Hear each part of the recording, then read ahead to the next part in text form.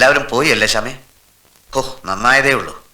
കുറച്ചു ദിവസമായിട്ട് ഒരു സ്വസ്ഥതയില്ലായിരുന്നു. മനസമാധാനത്തോടെ ഒന്ന് പ്രാർത്ഥിക്കാൻ പോലും പറ്റാത്ത അവസ്ഥ. ശ്യാമക്കെന്താ ഇപ്പോഴും ഒരു മ്ലാനത? ഞാൻ നന്നായില്ലേ ശ്യാമേ?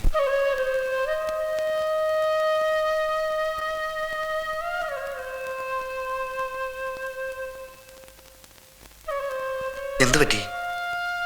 അച്ഛനും അമ്മയും പോയതിലുള്ള സങ്കടമാണ്.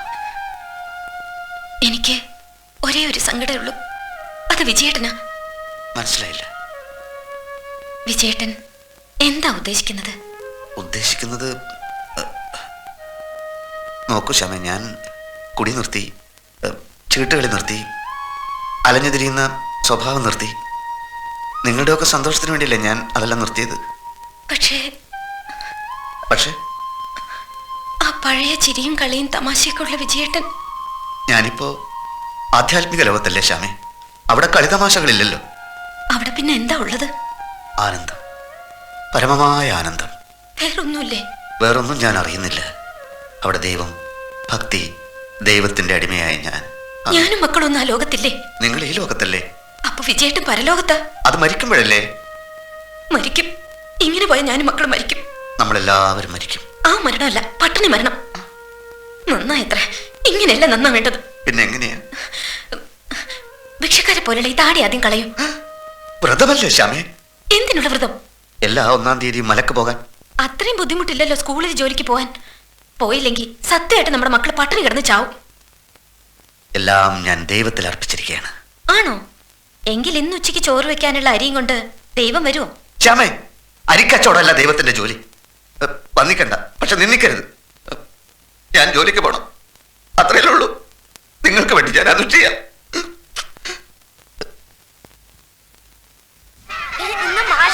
മാഷേ, പറയുന്നത് മനസ്സിലാക്കൂ. നിങ്ങളുടെ ലീവ് വേക്കൻസിയിൽ ജോയിൻ ചെയ്ത മാഷ് കുട്ടികളെ അസലായിട്ട് പ്രിപ്പയർ ചെയ്തുകൊണ്ടിരിക്കുക ഫൈനൽ എക്സാമിന്. അതിനിടയിൽ കയറുന്ന എന്തിനാ പാവം കുട്ടികളെ ദ്രോഹിക്കുന്നത്? എനിക്കിപ്പോ തന്നെ ജോലി ജോയിൻ ചെയ്യണം. നിങ്ങൾക്ക് എന്താ കാര്യം പറഞ്ഞാൽ മനസ്സിലാവാത്തേ? മുഷിയില്ലെങ്കിൽ വേറൊരു കാര്യം ഞാൻ പറയാം. ഞാനത് വിശ്വസിക്കുന്നില്ല, എന്നാലും കേട്ട കാര്യം പറയണമല്ലോ.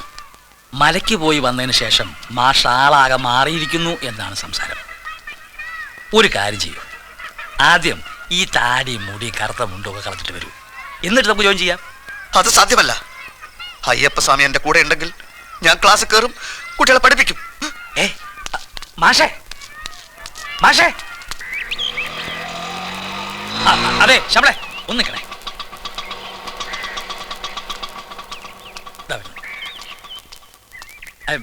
വേറെ പ്രശ്നമൊന്നുമില്ല. നീണ്ട ലീവിന് ശേഷം വിജയമാഷ് ജോയിൻ ചെയ്യാൻ വന്നു, നല്ല കാര്യം. സ്കൂളിന് നമ്മൾ സരസ്വതി ക്ഷേത്രം എന്ന് പറയും. എന്ന് വെച്ച് ക്ഷേത്രത്തിലെ ഏർപ്പാടുകൾ സ്കൂളിൽ വെച്ച് നടത്താൻ പറ്റുമോ? പഠിപ്പിക്കേണ്ട വിഷയം വിട്ട് പ്രാർത്ഥന ചൊല്ലുക, ദൈവകാര്യങ്ങൾ മാത്രം സംസാരിച്ചുകൊണ്ടിരിക്കുക എന്ന് വെച്ചാൽ എല്ലാവർക്കും അതൊരു ബുദ്ധിമുട്ടാവില്ലേ? ഹിന്ദുക്കളുടെ കുട്ടികൾ മാത്രമല്ലല്ലോ സ്കൂളിലുള്ളത്, മുസ്ലിംസ് ഉണ്ട്, ക്രിസ്ത്യൻസ് ഉണ്ട്. സ്കൂളിലേക്കൊന്ന് വരണം. ഞാനും മറ്റ് ടീച്ചേഴ്സും എത്ര ശ്രമിച്ചിട്ടും വിജയമാഷ് ക്ലാസ്സിൽ നിന്ന് ഇറങ്ങാൻ കൂട്ടാക്കുന്നില്ല. ശ്യാമള പറഞ്ഞിട്ടാ സ്കൂളിലേക്ക് വന്നത്. ശ്യാമള പറയാണ്ട് ക്ലാസ്സിൽ നിന്ന് ഇറങ്ങില്ല എന്ന് പറഞ്ഞ് നിൽക്കുക.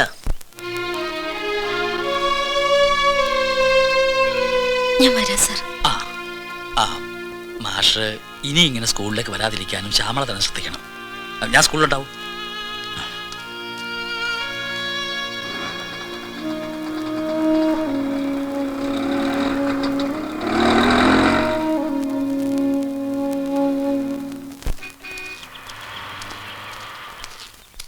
ഇഷ്ടികക്കളത്തിലും ക്ലബിലും പോയി, അങ്ങനെ ഇവിടെ ഉണ്ടെന്ന് അറിഞ്ഞു.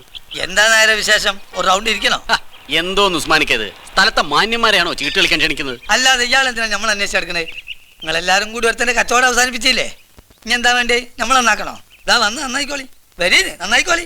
മര്യാദക്ക് ജീവിച്ചുകൊണ്ടിരുന്ന ഒരുത്തനെയാ നിങ്ങളൊക്കെ കൂടെ പിടിച്ച് വട്ടനാക്കിയത്. തെറ്റ് പറ്റിയിട്ടില്ല എന്ന് പറയണില്ല. പിടിച്ചതിലും വലിയ പാമ്പാ അളയിലുള്ളതെന്ന് ഇപ്പോഴല്ലേ മനസ്സിലായേ. നന്നാക്കാൻ നോക്കി പടുകുഴിയിലായി. എങ്ങനെയാ ഇതിന്ന് കര കയറാന്ന് ആലോചിച്ചപ്പോ ഒരു സംഗതി തോന്നി. കൂട്ടുകാരനല്ലേ അവൻ, ഇങ്ങനെ ആയതിൽ നിങ്ങൾക്ക് സങ്കടല്ലേ? സങ്കടമൊക്കെ ഉണ്ട്, പക്ഷെ എന്ത് ചെയ്യാനൊക്കും? പലതും ചെയ്യാനൊക്കും.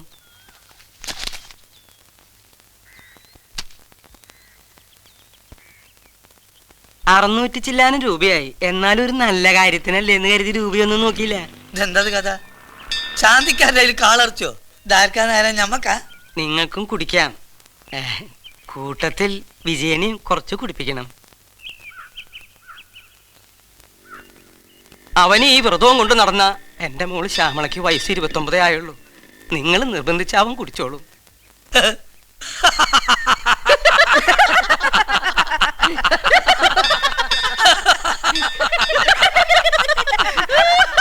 പരിഹസിക്കരുത്.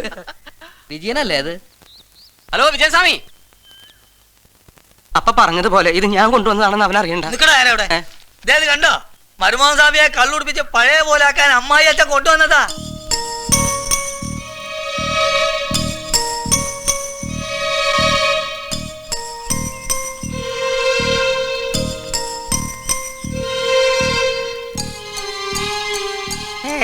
ഞാനൊന്നും അല്ല. വേണ്ട, നിങ്ങളത് ചെയ്യും. വൃത്തികെട്ട മനുഷ്യൻ. ഞാൻ നോയമ്പെടുത്ത് രാമേശ്വരത്തേക്ക് ഒരു തീർത്ഥാടനത്തിന് പോകാൻ ആലോചിക്കുന്ന സമയമായതുകൊണ്ട് കൂടുതലൊന്നും പറയുന്നില്ല. ഓഹോ, രാമേശ്വരത്തേക്ക് പോവാണോ? എപ്പോഴാണാവോ ആ തീർത്ഥാടനം? എന്തിനാ അറിയുന്നത്? അല്ല, രാമേശ്വരത്തേക്ക് പോവാണെങ്കിൽ ഒരു കത്തിയും സോപ്പും കൂടി കരുതുന്നത് നന്നായിരിക്കും. ഞാൻ-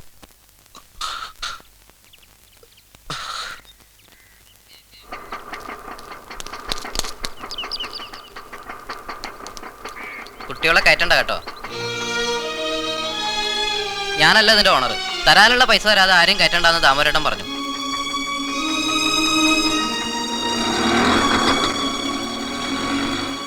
പറഞ്ഞിരുന്നെങ്കിൽ ഞാൻ കൊടുക്കുമായിരുന്നല്ലോ ശ്യാമളെ. സാരല്ലേ ചേച്ചി.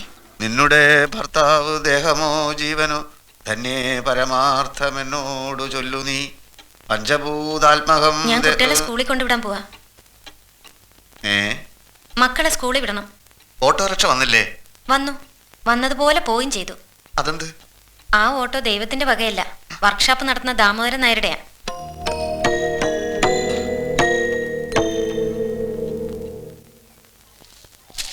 ഇന്നത്തേതും കൂടി ചേർത്ത് 2200 രൂപയായി. ഇന്നലെ ചരക്കെടുക്കാൻ പോണ്ടതായിരുന്നു, പറ്റിയില്ല. എന്റെ കട പൂട്ടിക്കരുത് കുട്ടി. നാളെ തരാം, ഉറപ്പായിട്ടും തരാം.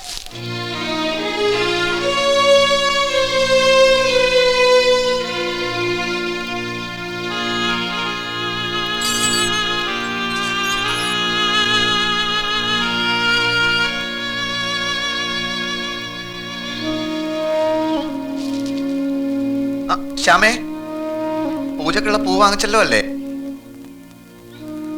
വാങ്ങിച്ചില്ലേ? കർപ്പൂരം, തേങ്ങ. ഇതൊക്കെ മുക്കുപണ്ടങ്ങളാണെന്നറിയാലോ. പലചരക്ക് കടയിൽ കടം കയറി.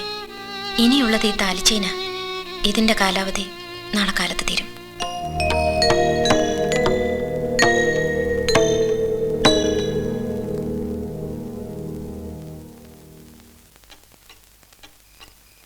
ലോഡ് ഷെഡിങ്ങിന് സമയം കഴിഞ്ഞല്ലോ അമ്മേ.